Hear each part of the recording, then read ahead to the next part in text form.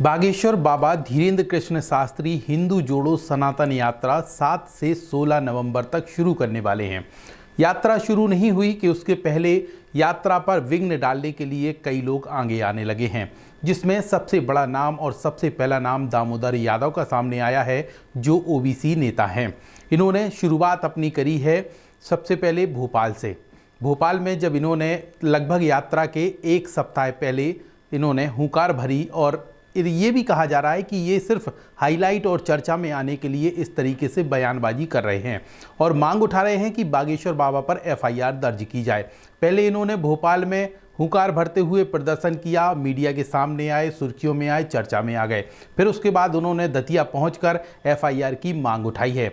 अब जरा पीछे मुड़कर देखें तो यहाँ पे 2023 की हम बात कर रहे हैं, जब श्याम मानव नाम का एक शख्स सामने आया और बागेश्वर बाबा को लेकर तमाम तरह के आरोप लगाए और चैलेंज भी दिया। लेकिन वो भी कितना रह पाए, सिर्फ एक सुर्खियां बटोरने के लिए, चर्चा में आने के लिए वो फ्रंट पर आए और कुछ समय बाद वह भी विलुप्त हो गए। उन्होंने भी खूब वादे किए कि बागेश्वर बाबा का हम चैलेंज करते हैं, उन पर कार्रवाई की मांग करते हैं। तमाम चीज़ें रहीं, लेकिन आखिरकार हुआ क्या कि वो भी घर बैठ गए हैं। श्याम मानव जिसका नाम था, जो नागपुर के रहने वाले हैं, और नागपुर में उन्होंने बड़ा चैलेंज बागेश्वर बाबा को दिया था।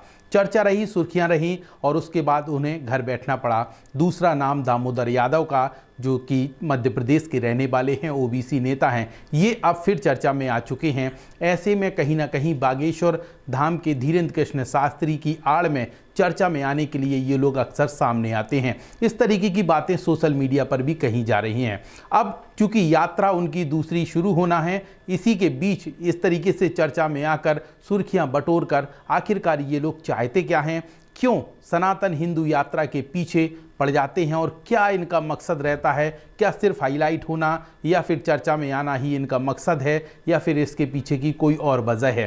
तमाम चीज़ों को लेकर ये जो सुर्खियों में आए हैं, इसको लेकर आपकी क्या राय है, वीडियो के कमेंट पर बताना ना भूलें। इसके साथ ही बता दें आपको कि बागेश्वर महाराज की जो हिंदू जोड़ो सनातन दूसरी यात्रा दिल्ली से वृंदावन तक प्रारंभ हो रही है, जिसकी तारीख 7 से लेकर 16 नवंबर निर्धारित की गई है। दिल्ली से यात्रा प्रारंभ की जाएगी और वृंदावन में समाप्त होगी। ऐसे में दूसरी यात्रा के पहले अचानक दामोदर यादव की चर्चा में आने के बाद सुर्खियां अलग हो चुकी हैं, यानी कि दामोदर यादव पर मीडिया का फोकस और तमाम लोगों का हो चुका है। लेकिन बागेश्वर धाम के पीठाधीश्वर पंडित धीरेन्द्र कृष्ण शास्त्री को ऐसे लोगों से कोई फर्क नहीं पड़ता है। वह अपनी यात्रा पर निरंतर चल रहे हैं और उनका कहना है कि हिंदू राष्ट्र बनाना है।